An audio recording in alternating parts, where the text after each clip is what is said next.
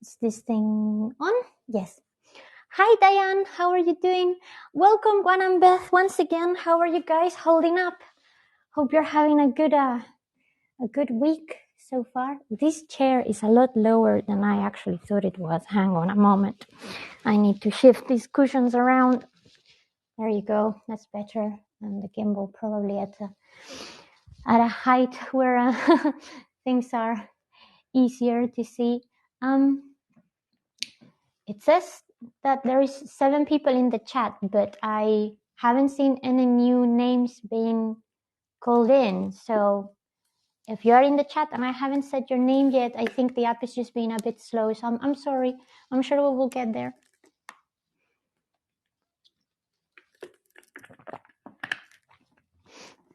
But yeah, if someone could confirm that you can hear me and see me all good, that would be great, since I'm honestly not sure what's going on. Seems a little...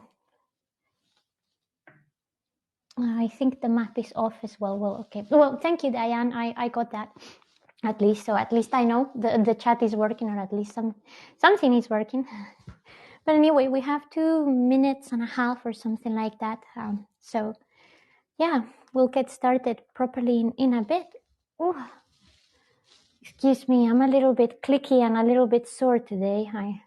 It's talking about fibromyalgia today is quite appropriate, since I had a very, very small flare. So it's a serendipity, maybe. I don't know. Hey, Carol Sue, how are you doing? Thank you so much for joining. Hope you're doing really good. And happy Friday, by the way. I don't know if you guys have any lovely plans for your Friday or your weekend, but whatever the case, or if you're resting, whatever the case, I hope that it's a good one. Good. I'm glad to hear that you're good. Excellent. And yeah, well, I mean, I appreciate this night for me, but for you guys, it's probably not that late. So I hope the rest of your day is going okay. You're knitting. Oh, what are you knitting? That's amazing. Hey, Graciela, if it's late for me. Oh, no, wait, we're in the same time zone. For once in a lifetime, we're in the same time zone. I am in South African time zone now. I did it. A cowl. Nice. What is it, for an adult or for a young child? I'm trying to think what a knitted cowl would look like. I suspect it would be quite thick, right? Maybe not. Adrian, hola, ¿qué tal? Buenas noches. Bueno, for you, it's not good night. It's still the evening in the UK. So you know what I mean. This timetable is being a bit weird. Yeah, I know. Honestly, it really confused me when I found out that actually South Africa and Greece were on the same time zone, because I know so many people from South Africa. So when I'm in the UK, I'm always like thinking 2 hours ahead of time. So it's nice to be in there. Hi, Grace. How are you doing? Thank you so much for joining me here. Oh, it's for you. Oh, with Aran. That's nice. I bet it gets quite cold over there. That way you can wrap up warm. Buenas noches. How are you? Oh, thank you so much, guys. I really appreciate it. Well, yeah, my time in Athens has been a bit hit and miss. So part of that will come into the stream today, because it's been impactful for the fibromyalgia. Hey, Faith. Hi, Gregory. Thank you so much for joining us. And well, I'm in the green, so I should probably get this stream going. Well, I think most of you probably know me already. If you don't, my name is Lily. Normally, I do streams for history, culture, and that type of stuff. I'm a historian and tour guide. But I'm doing these live streams about fibromyalgia once a month for nearly a year now. I started last year in May. Hey, Poppy, how are you? Thank you so much for joining. Hi, Susan. Hope you're doing good. Yeah, we started in May last year for Fibromyalgia Awareness Day, because there is a big fundraising event that I do for the charity that I support in the UK. And I decided that it was a good way of giving the fundraising momentum and also share my experiences. Welcome, Philippa, Melissa, and Christina. So happy to have you here. Hope you're having a really lovely Friday. And after that first event, I sort of realized that there were so many people out there that also had fibromyalgia, and hey, go, oh, hey, Melissa, yay! That's so precious to know that there is other fibro warriors out there. Welcome, Marianne. How are you doing? Thank you so much for joining. And after that experience and knowing there were more people out there, and that stream had kind of just become their safe space, I really thought that was something we ought to have, kept going. So I decided to do it monthly. And this year for Fibromyalgia Awareness Day, I will be doing a stream and a fundraiser again. So that's what we're doing here today. Hey, Samantha, how are you doing? Thank you so much for joining us. Welcome, Claudette and JV. And Christina, you got that? Oh, I see. Well, welcome to the community. As much as I appreciate those are not good, the greatest news. And well, I'm doing all right-ish, not entirely okay, but I'll talk about that in just a second. Thank you so much, Juan and Beth. You're so kind. Welcome, Robin. How are you doing? Hope you've had a lovely time since your birthday. And it is, Melissa, it is. That's one of the reasons why I really wanted to do this. Having a chronic illness of any kind is complicated. It makes your life hard. Some harder than others, but it doesn't matter. It creates issues, it creates obstacles and struggles. Welcome, Dalia. Hope you're doing good. But it's important to have people you can relate to, because otherwise it kind of feels like you're suffering and battling on your own, which is an awful feeling to feel. Oh, you cried of good. Well, I'm glad that it was at least of relief, and I can relate to that a lot, Christina. So I'm glad that at least the answers give us some kind of hope. So that's really one of the reasons why I kept this going, but also because, well, as some of you may know already, fibromyalgia is a very misunderstood condition. A lot of people don't get it. They don't really, it's a complex condition, so it makes it hard to be understood, but they don't really know about it. And recently it got a bit more traction because of COVID. A lot of people suffering from long COVID actually develop very similar symptoms to people with fibromyalgia or with ME, for example. And as such, it kind of got traction, and we're actually getting a few breakthroughs in the last couple of years. If there is something good that came out of COVID, it's at least the fact that medical science is now looking at this, from a bit more of a holistic perspective. Hey, Jen, how are you? It must be early morning for you, Jen. Thank you so much for joining us. Hope you're having a good day. And in answer to whether I was feeling okay or not, well, actually, I've been having a bit of a flare today. So I will explain what happened and how that relates to fibromyalgia. Yeah, I keep hoping. Yeah, honestly, I know it's sad, but if at least an illness that has the power to change the world for the better, as much as it's caused problems for the bad, I really hope that's the case too. Well, I have a really annoying wisdom tooth that has been growing right here. It's actually not even in line with the rest of the teeth. It's in front of one of my molars already. I'm not convincing my GP to get it out in the UK. They think it's fine. My dentist in Spain seems to think otherwise, but dental work in Spain is actually really expensive because it's not covered by national health services. So I've been on the fence for a while to remove it. And of course, I had to be on holiday for the tooth to come out again. Welcome, Heather. How are you doing? Thank you so much for joining. I believe my fibro began. Well, it's a very common situation, Melissa. I had something similar happen. So this thing with the tooth, tooth pain is quite terrible. Being so close to the brain, it's one of the kinds of pains I think most people really, really struggle with. As soon as it started itching a couple of days ago, I was like, that's it. I'm due a flare. I just knew it. And why did I know that? Well, I already have quite a lot of problems with my jaw and my neck as part of the fibromyalgia. And in general, I've been sleeping in a foreign bed with foreign pillows, not in my comfort nest that I created in my home to make my life, bearable with this chronic illness. So when you're traveling, and I know this is a struggle for a lot of people with chronic illnesses, when you're traveling, you have to keep in mind so many things that are just going to throw you off the path. And I knew that was going to be the case. I had managed to more or less make things work for me despite several issues. But as soon as the wisdom tooth was coming through, I was like, that's it. I know it's a matter of time until I get a flare.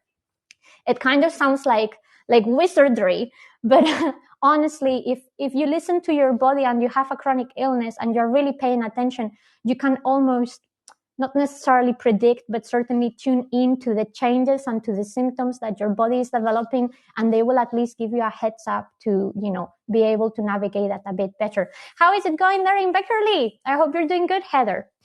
So I kind of knew, and it happened yesterday night. The tooth wasn't so bad, but I just couldn't get comfortable. The pillow kept on putting a lot of pressure there. It was a nightmare. I didn't manage to fall asleep until 2 a.m. I woke up at 6 a.m. because the light woke me up. And then, unfortunately, this is a very noisy flat. It's something that affects me quite particularly with the fibromyalgia. So a lot of people don't know that one of the perhaps symptoms that falls a little bit under the radar when you have a chronic illness like fibromyalgia is oversensitivity to a lot of stimuli. It could be anything that you perceive from your senses. And the reason for that is because, well, at the end of the day, this is an illness that roots from the brain in your neurochemistry. And, any kind of stimuli is processed by the brain, is essentially messages. And if your brain is not entirely, well, those messages will get a bit jumbled up. So I am quite sensitive towards noise, particularly at night, and particularly vibrations, not just the noise, but vibrations. And you'll be thinking, what kind of vibrations can you feel in a flat? Well, what kind of vibrations can I not would be easier to answer. Well, honestly, blackout curtains are such a dream. But I mean, I don't know if you can pick it up because the microphone is quite good at muffling it. But when I arrived to this house, I was happy because of that. I was like, proper curtains, unlike in the UK. Yes, amazing. And actually, I don't mean curtains, I mean blinds. I have blinds, proper blinds, wooden blinds on the outside of the window, which I'm quite happy with. And yes, honestly, see, vibrations. So I'll explain for those of you who may not be on the same page with me and Melissa. So when I arrived to the flat, I was quite happy, and I actively took this flat because it had a bed and a sofa bed. So I was like, if I cannot manage in one of them, I'll be able to sort something out in the other one, hopefully. The bedroom has a super comfortable bed. I was so happy when I lay down, because when you have fibromyalgia and you're constantly aching or fatigued, having a comfortable bed is honestly like your wildest dream. So I was really happy with that. And then all of my hopes got crushed like this, because Greece being Greece and normally quite a hot country, almost every single flat and almost every single room has access to a ventilation system like the one that I have there. Well, this one is very new and it's not problematic, but the one in the other room goes out to a patio where all of those old units sort of generate a fun noise that I can hear 24/7. It doesn't stop. And I was like, I can't sleep here. I can't. Hi, Elle, how are you doing? Thank you so much for joining us. Now, normally I have an audiobook that I put, because blocking out that noise sort of, sometimes I can do it. Sometimes I can mask those noises and those vibrations and fall to sleep. Hi, Nymph, how are you? Welcome so much for joining us. But I tried with, I spent 2 hours playing different audiobooks on my phone, trying to mask that noise, and I just couldn't do it. So I decided to sleep on the sofa bed, which thankfully is very comfortable. Now, as you can see, this is quite an open area. There is actually only 2 doors in this flat apart from the main entrance, the one for the bedroom and the one for the bathroom. So it's quite echoey here, which is a problem because of something else. Hard to explain to my husband. Oh, yeah, honestly, it is hard, Susan. I completely get you there. It is really, really irritating. And I think because it's something so personal, it's also hard for people to step in our shoes, but it is something that can generally cause so many problems and really has a serious impact in our health. Yeah, I know when you're, yeah, I get it. Well, check this out. This is quite a relatively old flat. All of the windows in this flat are single glaze. I am on a main road, particularly on weekends or just when any car comes here, not even a car, just a motorbike, it feels like I have a plane taking off in the room. imagine that at 1 o'clock, 2 o'clock, 3 o'clock, 4 o'clock, 5 o'clock.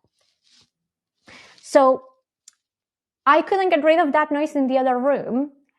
I knew that the noises outside were going to bother me, but at least they were not constant. So I could eventually fall asleep and hopefully normalize them. But that's meant that I've not had a single night of sleep where I've just slept throughout the night. And although that's relatively normal with people with fibromyalgia, because potential pain, numbness, potential stomach problems while you're sleeping, and just your neurochemistry not doing well, I know here it's simply because of the noise. I genuinely cannot get enough sleep, on a long spell to actually make it throughout the night without problems. So to combat that, and since I had several tours to do, and the tours here have been quite stressful, stress is never a friend for fibromyalgia because of the extra chemicals that you get bombarded into your brain. I was actually quite smart, or at least I thought I was quite smart.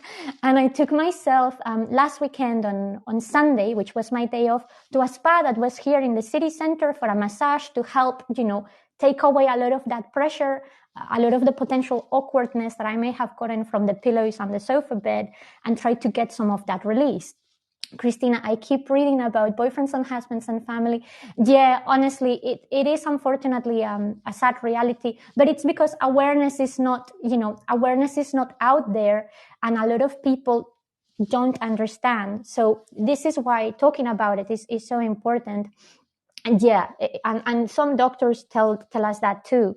So, it's what makes things hard. I was really lucky though, because the girl that did my massage here in Athens, she actually worked with a lot of people with chronic pain.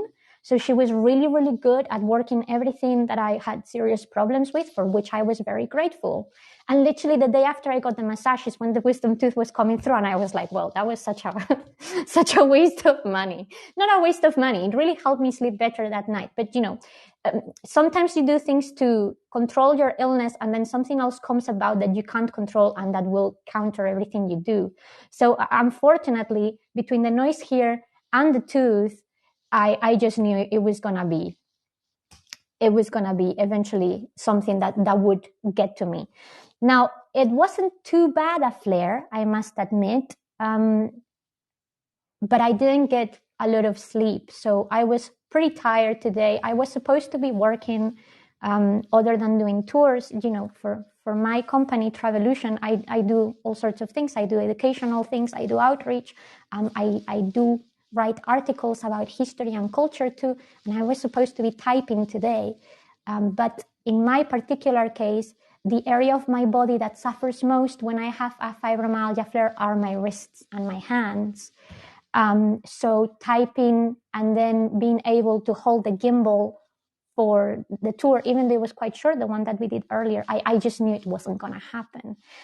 So I kind of had to resign myself to the fact that, well, I just needed to rest and do my best so that the tour could carry on, and I could always make up the time for writing at some other point. But the wisdom tooth is still there. I don't know how I'm going to get on tonight. And it's a Friday night. Athenians like going out quite a lot. So I just know it's going to be a rocky situation. But thankfully, I planned ahead well enough to make sure that I wouldn't have any tours until at least the afternoon. So I'm glad that I did that, because otherwise it would have been quite tricky. I'm just going to quickly catch up with the chat, guys. Welcome, Angel and Lynn. Hope you're doing really good, and thank you so much for joining us. And yes, I've been super triggered by massage in the past. Yeah, honestly, it is really nice when you find someone who gets it. I am honestly really lucky. Every single massage I've had pretty much my whole life has been pretty good. So I've always found massage therapy to be quite useful to deal with fibromyalgia. But I know some other people can't take it, for example, because the pain is too much, or the technique is something they can't deal with. So it's one of those, things that unfortunately don't work for everybody. So it's definitely something to consider.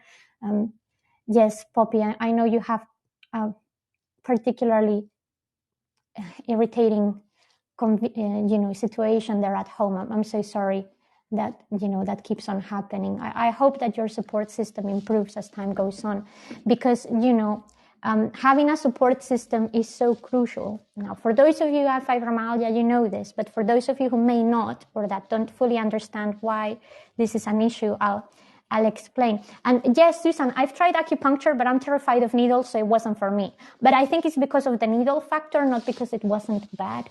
So it may be worth trying it. I think Western acupuncture may be a bit more efficient from my experience than just traditional one, but that's just, like I said, I'm not good with needles anyway, so there we go. So just taking back with what the chat was saying, and this idea of, support system.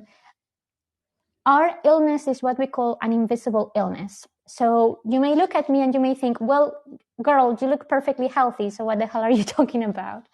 But that's the problem with invisible illness. In the same way that you may not know that someone has a medical condition such as anxiety or depression, or you may not know someone has, I don't know, Crohn's disease. Not every single illness has a visible aspect that is easy to identify.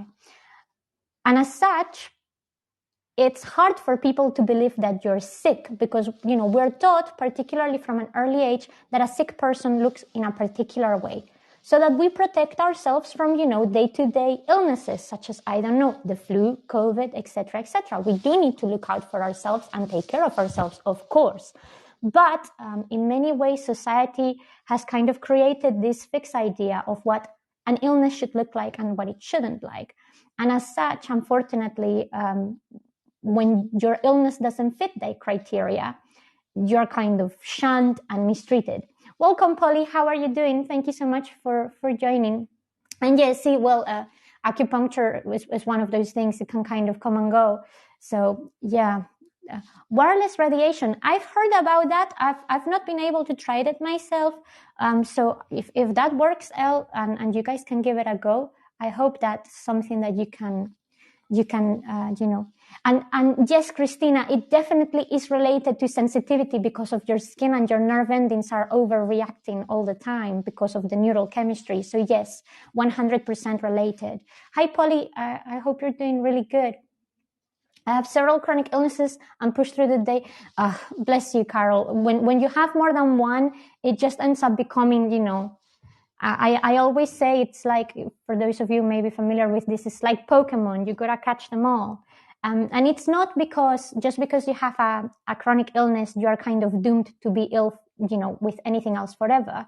Our illness is not something that deteriorates over time. It's not degenerative. It's just chronic. It stays with us for life. In the case of fibromyalgia, at least. But the issue is that because this type of illness is essentially constantly putting to the test vital organs that control our ability to remain healthy overall, ends up having an impact in our immune system, and as a result, we become more prone or more open to those other threats of other illnesses. It can be from the illness itself. It can be from drugs and medicines that we take to try and, keep things at bay. It is hard because, and sometimes things like that happen, Poppy. One thing may be incompatible with another, and then what do? It puts you in a really tricky situation. But this issue of the invisible illness it's a serious problem. And as such, that means that we don't just have to deal with our illness. We also have to deal with the pressure and general situation that being in society with an illness like that creates. Like, a lot of people think that you would get a lot of sympathy just from being ill, but that's not the case when people don't understand your illness and don't actually believe it's real. So I'll get to that in just a moment. JV, thanks for sure. Oh, no, thank you so much for being here. Well, I mean, at the end of the day, a lot of chronic illnesses, even though they may not be the same thing, a lot of the secondary problems that you end up developing, as a person, whether it's from a health-related perspective or a social perspective, they end up being very similar. So I'm sorry that you are, in this community, but hopefully you know that as you can see, you're not the only one, and people here are willing to listen and learn and be supportive. But yeah, for those of you who may not know what the struggle is, or that maybe are new to this, trying to explain to people, oh, hey, this is my illness and this is how it affects my life. It's hard, particularly if they are people who don't live with you, or even if they live with you, they don't have to go through the motions with you. There is a difference between you being ill and knowing that you're ill and someone else feeling that same thing. Our experience of the world, of course, is different, and it's not always easy to explain what you're going through, because it is frustrating when you have a chronic illness of any kind. And sometimes dealing with those emotions and the grief that causes having a chronic illness because of the part of yourself you need to let go, or the things you cannot do anymore, it can be quite hard. So sometimes, unfortunately, you end up quite isolated.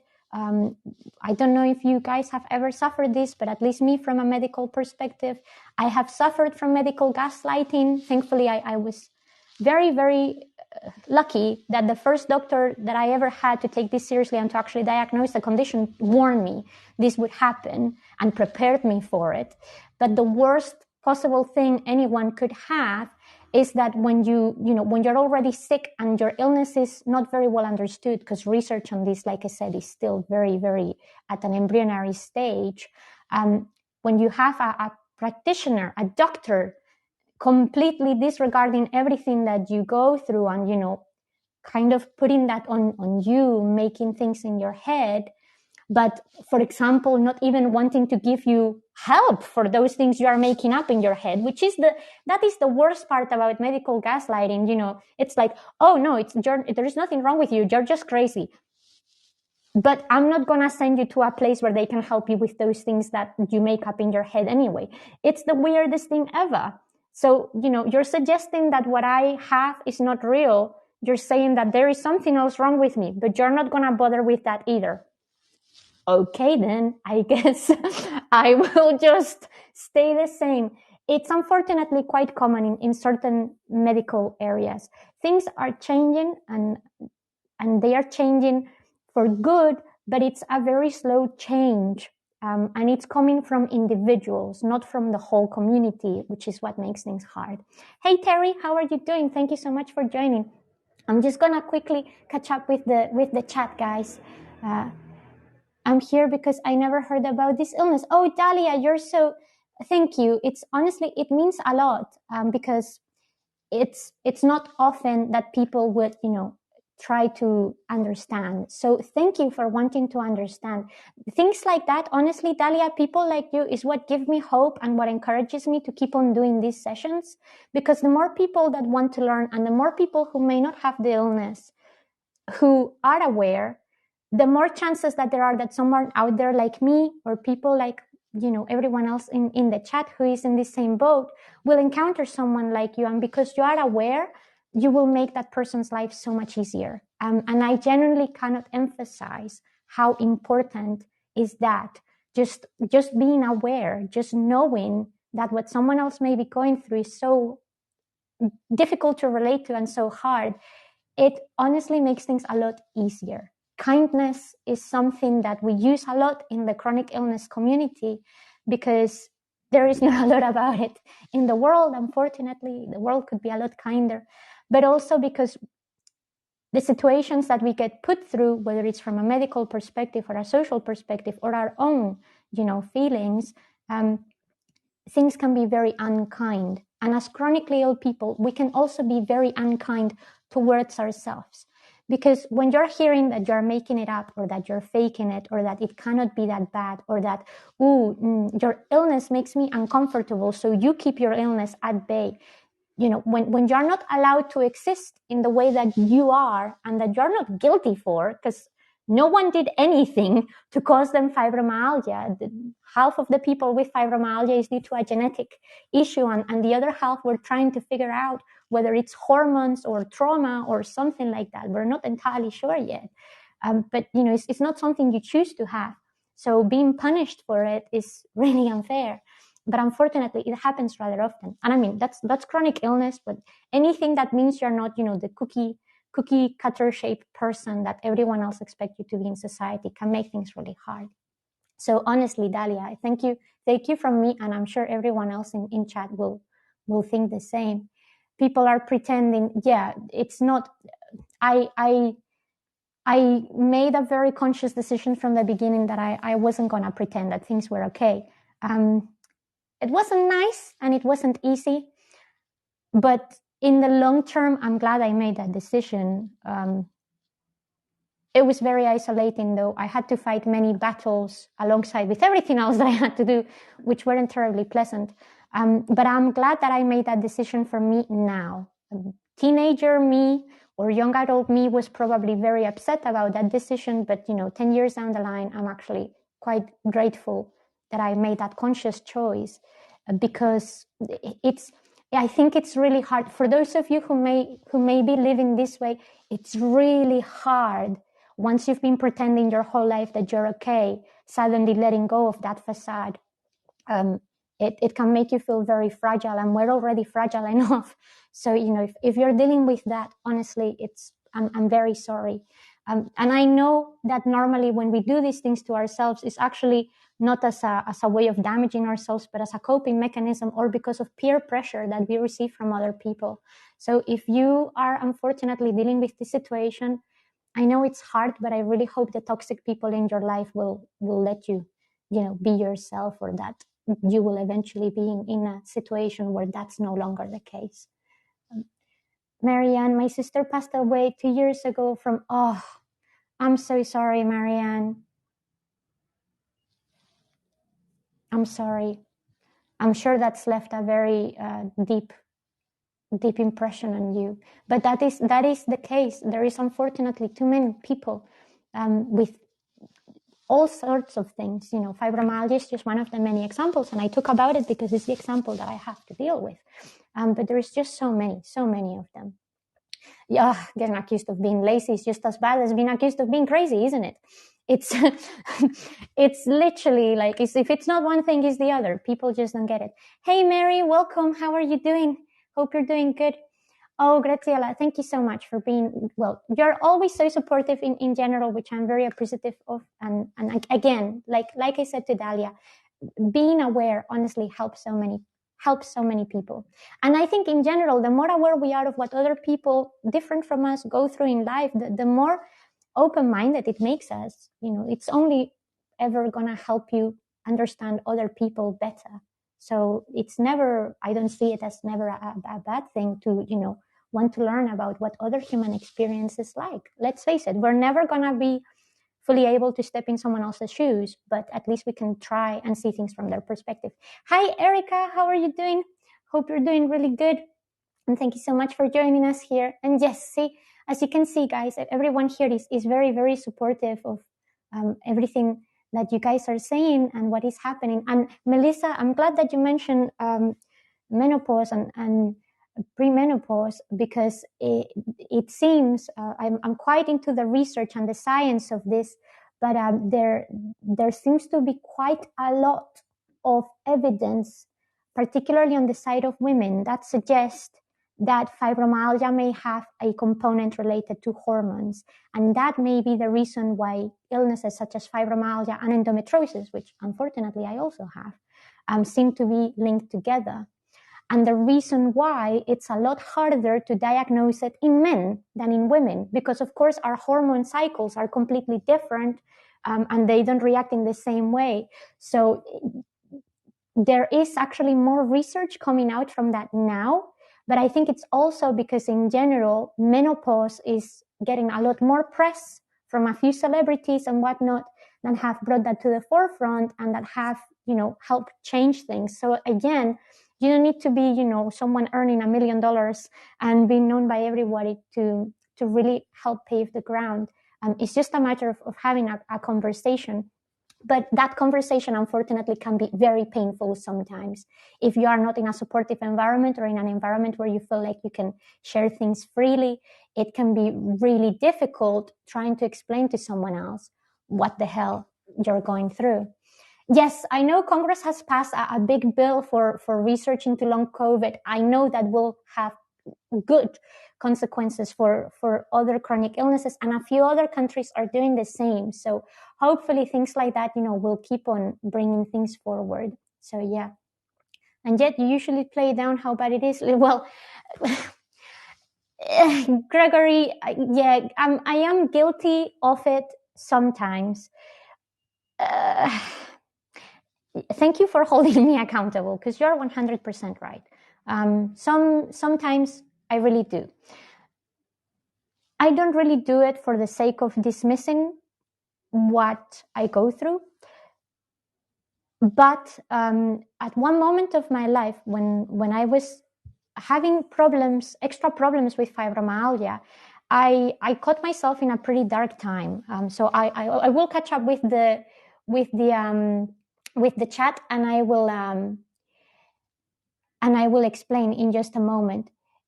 You can read some of the input solved by, yeah, it's there's the forums are really good.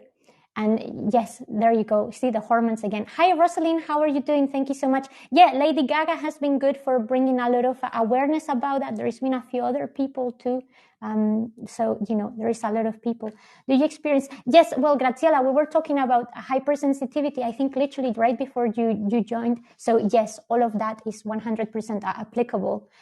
So yeah, but yes, in terms of, I will explain what I mean with playing down and with what I think Gregory means. It's no lie that whether it's a good day or a bad day, I'm chronically ill every day. Like, it doesn't go away. I have no choice but to manage my illness through life choices. No medication works on me. And this is why I think sometimes I play it down. So I will explain. I was dealing quite well with fibromyalgia thanks to this doctor that I had, who was very supportive and gave me a lot of tools. Hi, Valeria. How are you? Thank you so much for joining. But eventually I had to change doctors. And then I started developing pain in an area where I normally didn't have it, which was in my leg, which unfortunately was only resolved recently, or at least I was only given answers as to what the reason was recently. It was really bad. It was on one of my most demanding tour guiding jobs. And I was really concerned that I had developed something else other than fibromyalgia. There are several other chronic illnesses that run in my family. Some of them undiagnosed, some of them are diagnosed. And I was scared at the age of 26, no, I must have been 27 by then, that I didn't just have a chronic illness, I had something else. The meds that they gave me made me feel so bad, so awful, that I just couldn't deal with it. It was really bad. I had some really dark thoughts, and I didn't really want to have them again. So I decided I wasn't going to take those medications anyway and just carry on doing things the way I did. And then, unfortunately, because of life circumstances, I was in a quite rather toxic relationship. Hi, John. How are you doing? Thank you so much for joining us. With someone else who also happened to have a different type of chronic illness. And I think me being in a dark place and that person being in a dark place sort of made me feel like our illness was the only thing that was about our lives, if that makes sense. And after a few weeks being that way, I'm feeling probably the worst that I have in probably my whole adult life. I kind of just had to make myself snap out of it. I was like, I don't want to become this person. The illness is not me. It's just something I have to deal with. Welcome, Catherine. How are you doing? So I made myself push through it to change my mindset.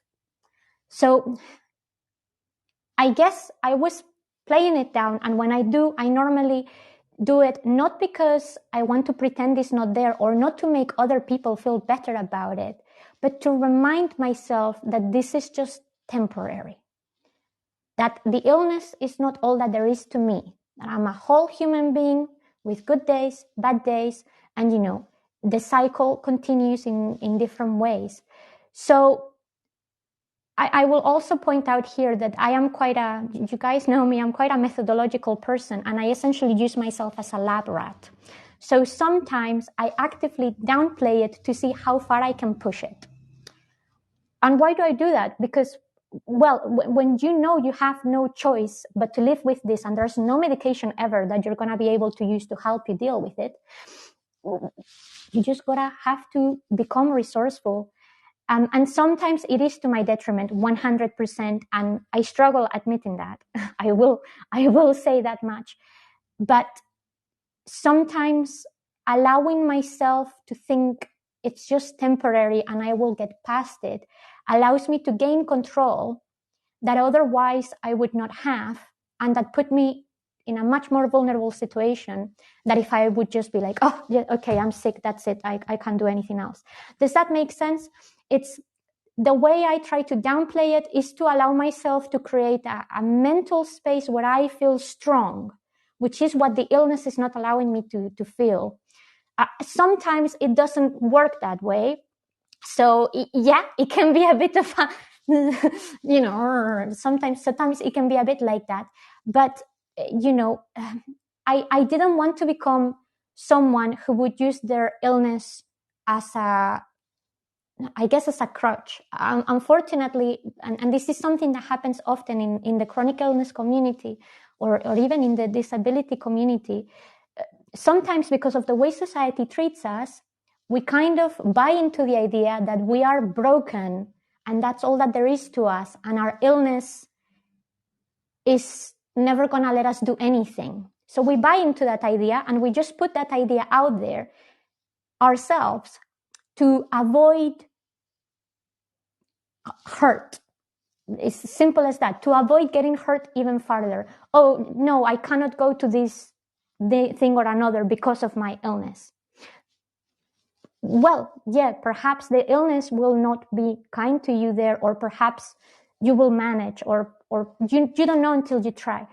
Sometimes, unfortunately, we find ourselves in that tight space so often that you will just buy into it. And I didn't want to be that person. I couldn't be that person. And after seeing several people being those people and using their problems and their illnesses as an excuse to not look after themselves, I was like, no way. So sometimes I accept that I sort of pretend that that's not an issue, purely to kickstart that other thought. Because at the end of the day, thoughts are brain chemistry to some level too, as much as, we're entirely not sure how all of those things work. Being in control of your brain chemistry, or being able to change it when you have a neurological condition, is super powerful. It's a lot of work, but it's super powerful. And it's something that I'm trying to get better and better at every day. But it also, I think it allows me to do a proper self-reflection. I did this today. Maybe I shouldn't have, or maybe I was worse than I actually thought I was, but I did it anyway. So it helps me with progress. It helps me realize that, sometimes it's okay. But that's just me, that's because that works for me. It doesn't mean that it works for everyone else. And because I use these methods, it doesn't mean that they are for everyone else to use. I hope that is all clear. Whenever I say these things, when I mean that I treat myself as a lab rat, I genuinely mean it. I experiment on me. I don't care. It will be clinical, and I will get a result one way or another. And I do it because genuinely I hope no one else has to do that ever in their life. It's a horrible thing to have to do with you. But, I have one skill, at least I'll use it for good. And sometimes experimenting on me has allowed me to help other people so I can balance it out. But, it's a hard thing to do, and it requires a lot of, I don't know, probably a little bit of craziness, quite frankly.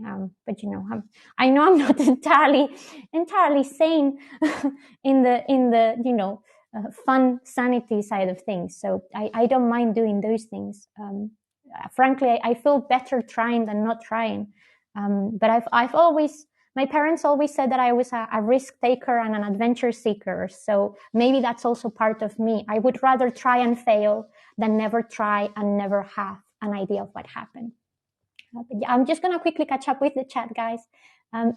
It can sometimes be scary waking up. Yeah, not sometimes, I'm scared of that every single day, Christina. I don't even know how we do it, but I think we just, get into the swing of things. You go to sleep, you wake up and you're okay, never mind, or you wake up, you're not okay, and then you have to deal with the consequences. It is a very scary feeling. It's probably one of the scariest things I've ever had to deal with. So yeah, any meds I've tried. Susan, and this is, well, for those of you who don't know the illness or who haven't had to deal with this, I'll explain what the meds did to me. They didn't make me dizzy. They actually made me paranoid, like high paranoia. I actually thought there was someone in the house trying to kill me or out there. I actually ended up having some very intrusive thoughts, such as if I have maybe another couple of pills, maybe I will actually get some sleep and the pain will go away. Please don't think I was trying to kill myself, because that was not the thought. The thought genuinely was, I haven't slept properly in so many days. These pills seem to knock me off. So maybe if I push that dosage, that will help me sleep for 2 days if I have to. It is very messed up. But medications often have some hardcore side effects that sometimes we are not made aware of, and that will, make things even worse. Other medications have given me serious stomachal problems, and now my doctor in the UK is trying to figure out if those meds have maybe given me IBS or something similar. So it's one of the reasons why, in a way, I was like, you know what, maybe it's a good thing that I cannot take any of these meds, because, I'm not sure I would like them. I think many sufferers must, yes, for sure, for other people's benefits. And, those of you who know me or that have been traveling with me before, I think you probably guys know that I like doing things my way, not for being in someone else's face, but because I like being true to myself. At the end of the day, in this life, all we have is a few moments, because we never really know how much time we have, and ourselves and the people around us. I spent so many years in school being bullied for being who I was. I never really felt like I had to change the way I was back then when I was being constantly bullied. So when this happened, I kind of reached the conclusion that, if I didn't do it when I was being bullied and everyone else hated me, why would I do it now when I'm an adult and I have power? Well, power within, quotation marks, because the power is quite limited. But yeah, and sometimes it's hard because I've made people that I love upset for not trying to mask the fact that I was unwell. But at the same time, I think what helps me do it is knowing that it is their comfort, and me trying to do more when I'm already not well for their comfort is only hurting me in the process, and those people. Because those people will see me even worse, and that will make them even more anxious or uncomfortable or whatever it is. So I guess, I kind of think that if I'm just honest from the beginning, whatever the situation may be, it saves everyone hassle. But I appreciate it's not an easy thing to do. And again, I appreciate not everyone has the option to do that, particularly if you don't have a strong support network. I've never really had a support network since I had my diagnosis, since I live in the UK on my own. But my parents back home are very supportive of me, which is really good. My dad has several chronic illnesses himself, so it's easier to talk about it. And my grandma has fibromyalgia and my uncle has fibromyalgia. Even though I was the first one to be diagnosed, it's useful having those connections. So now there is more understanding. But for my mom, for example, my chronic illness was an issue at some point, because my mom is an unstoppable force of nature. She's a woman that has had to deal with a lot of hardships in her life and that has gone through a lot to keep me safe and keep me alive, and who always taught me to be unstoppable because she believed in me. So I think for her probably was very hard knowing that her unstoppable little girl was actually not. And not because of anything anyone had done, just because of random, play of fate. So I know she did struggle with that for a while. But then when she realized that despite having this illness, I could still do so much, and I learned life skills, because they are life skills, people. I'm sure you guys can agree with me on chat. All the life skills that you need to learn to cope with this illness, like time management, the empathy that you develop, the ability to perceive the world beyond, a box, they are genuine life skills. It's just maybe they don't come in the way you want them to, but they are useful things. And when she realized that, and that by going through this, I was only able to become maybe a better version of myself, even though not necessarily the version of myself I wanted to be, she was 100% on board. And she's like always talking about this stuff and posting things on Facebook and whatnot. So sometimes it just takes a moment for people to figure things out. The moment may be longer or shorter, of course. On that front, I can't comment. But I really, really hope that, if you guys are scared or being seriously dragged down by this, I really, really hope that you find someone or something that helps you feel like that positivity that you guys have been mentioning in the chat is something worth hanging on to. Because I don't want to positive wash everything. Like, I think that's one of the most disgusting things society can do to someone with a serious problem. It's not about, chin up and smile 24/7. I think that's so dismissive of the struggles that we have to go through every single day. But it is important to rejoicing in those little things that bring us joy. So I guess what I'm trying to say is, if you don't know how to tackle this, or if trying to stay positive all day is tiresome, because it is, don't do it. Instead, put all of that attention in the things that genuinely make you feel joyful or grateful or happy, because then those things will be all that much more special, and they will have much more power to help you connect with them and make you feel, that wholesomeness that in the end, it's really what we all want. I learned in the last few years that a lot of the problems that we have as people with chronic illness is a matter of perspective. The problem is never going to go away. Sometimes what makes all the difference is how we interact with it, how we think of ourselves because of our interactions with it, and how we allow ourselves to see things through that box. But it's a very personal journey, and it's not something that I can sort of, pass from me to you. Unfortunately, if I could, I would. But it's quite a hard thing to, it is hard, and it is exhausting. Like you guys are saying, it is really exhausting managing all of this. The best thing I can explain to others that don't have this illness is, imagine what it's like to try to micromanage every single minute, not hour, every single minute of your day. The brain power that requires is off the charts. The finesse, the hard work, the constant, the anticipation, it's a lot.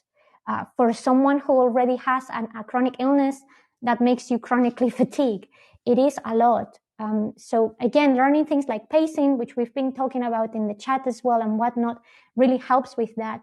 But it's, finding little things that help other people understand what things may feel like, or why they may be difficult, is also important, particularly for those of you who may be in a tricky situation. We spend so much time. We are, well, yes, thank you for saying that. We are still very, very strong, and we do matter. And I think it is hard beginning ourselves up. I think a lot of this has to do with grief. We don't often talk about grief enough when we have a chronic illness, but losing your health, or losing a part of you that was healthy, or losing the things that you used to do because now you have a chronic illness, it is a grief. Maybe it's not like losing a loved one or a family member or whatever, but it's still something that was dear to you that now you've had to let go of. And that causes an incredible amount of pain, resentment, and anxiety that you gotta live with. I used to dance and do gymnastics. Hello, fibromyalgia, no way. I used to be so sporty. I genuinely did everything and everything under the sun. And now I have this thing that sometimes just for going up the hill means I'm dead. me, the person that was always, super fit and didn't even had to sweat to run a kilometer. It is still grief. But to overcome grief, you need to be kind and you need to accept that, at the same time, you are strong.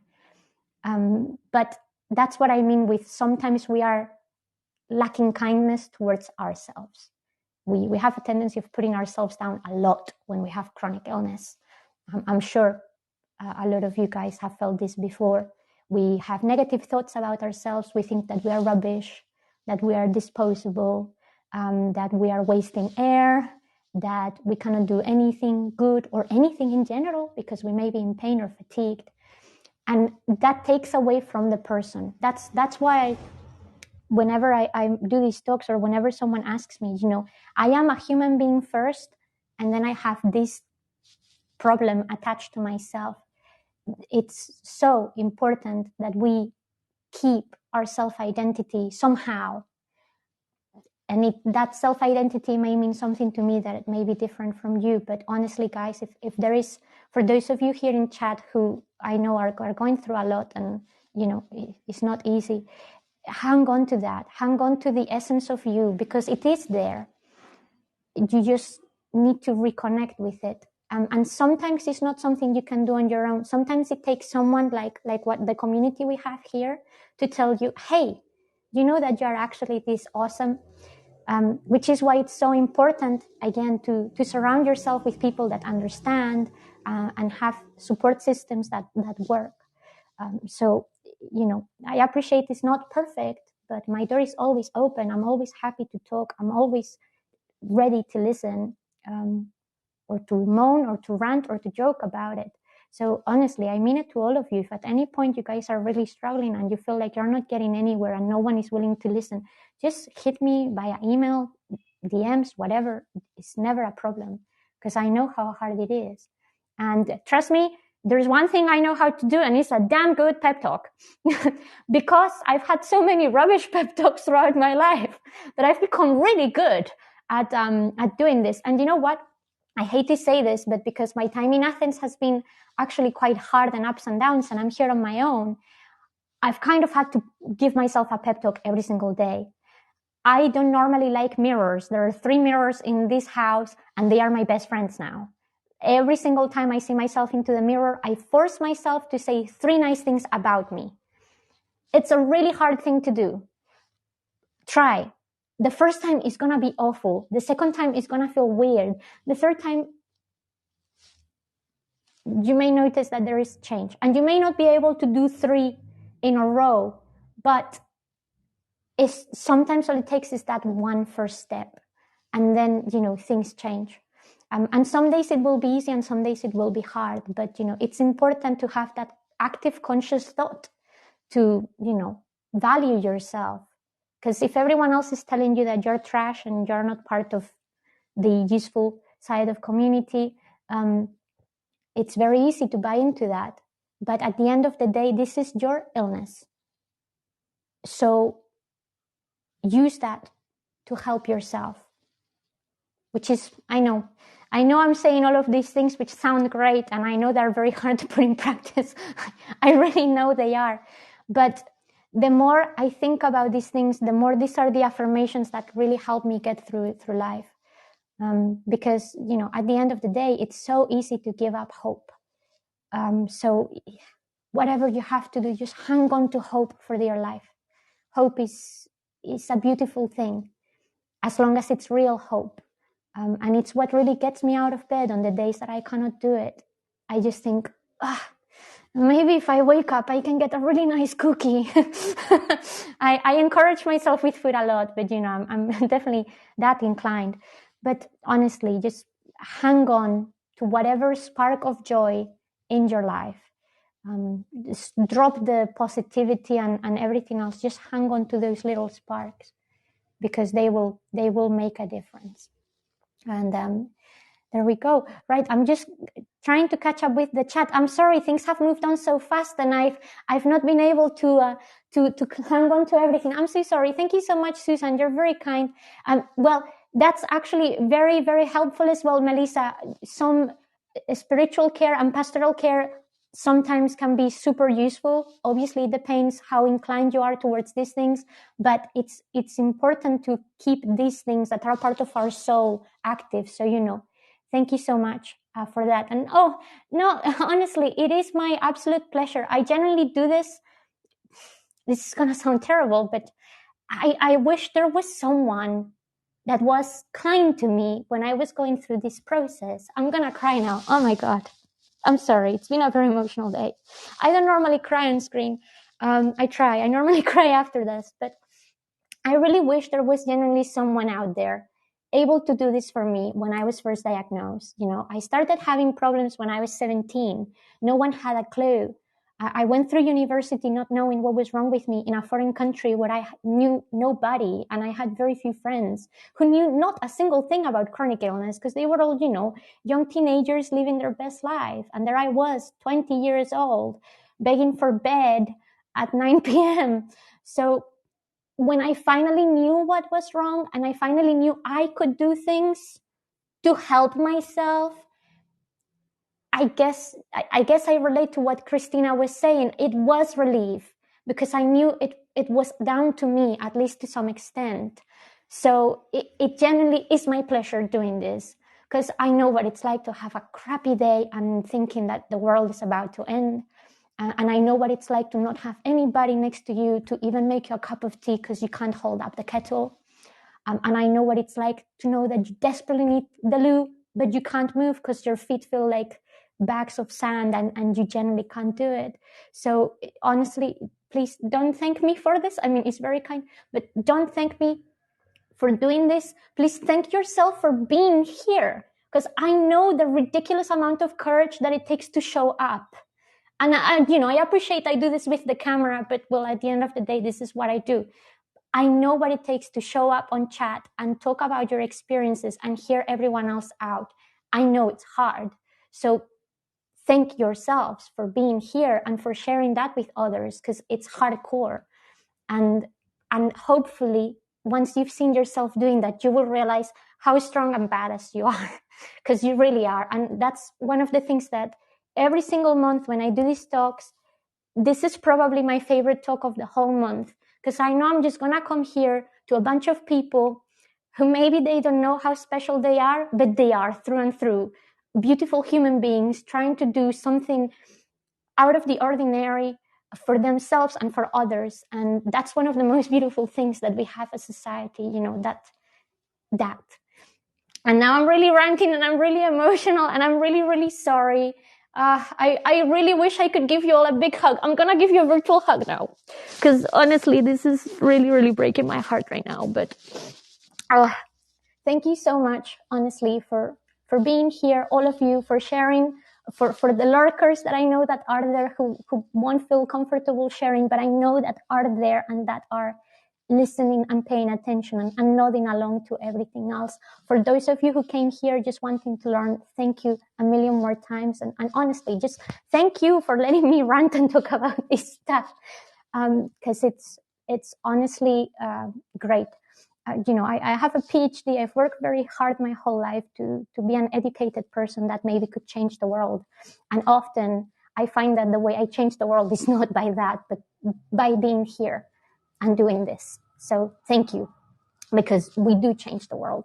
And when Fibromyalgia Awareness Fundraiser will come through, I will let you guys know, and I will show you genuinely the impact that each and every single one of you have, because I see it every year. Every year we raise more money. Every year more people become aware. Every year more people are willing to lend a hand. And it may not be in my lifetime that we see the full progress of this old thing, but it may be in someone else's lifetime, and that person will get there because we all went through this. So there we go. Oh, honestly, I'm sorry. It's been such a long day. I am knackered. I'm knackered. In case you can't tell, I'm knackered. I'm ready for bed. But honestly, it's such a lovely, lovely thing to be able to be here with you guys. And thank you so much for the donations. It's super, super kind of each and every one of you. Thank you, Juan and Beth, Polly, and Lynn. I never do these talks for the sake of of the money, well, when it's the fundraiser, for sure, it's purely genuinely because I know how much this means to me and to those of you who are here. So thank you for being here, for your generosity. And please, if there is one thing that you take away from this, whatever you're feeling right now, is, value yourself. Say something nice about you, because I know you are worth everything. And sometimes it's really hard to hear that, but the first person we need to be able to hear that from is ourselves. So I really hope you raise the courage to do that today or tomorrow if you're not feeling like up for it today, because it will help you get through it. Right. Anyway, thank you so much for the lovely comments.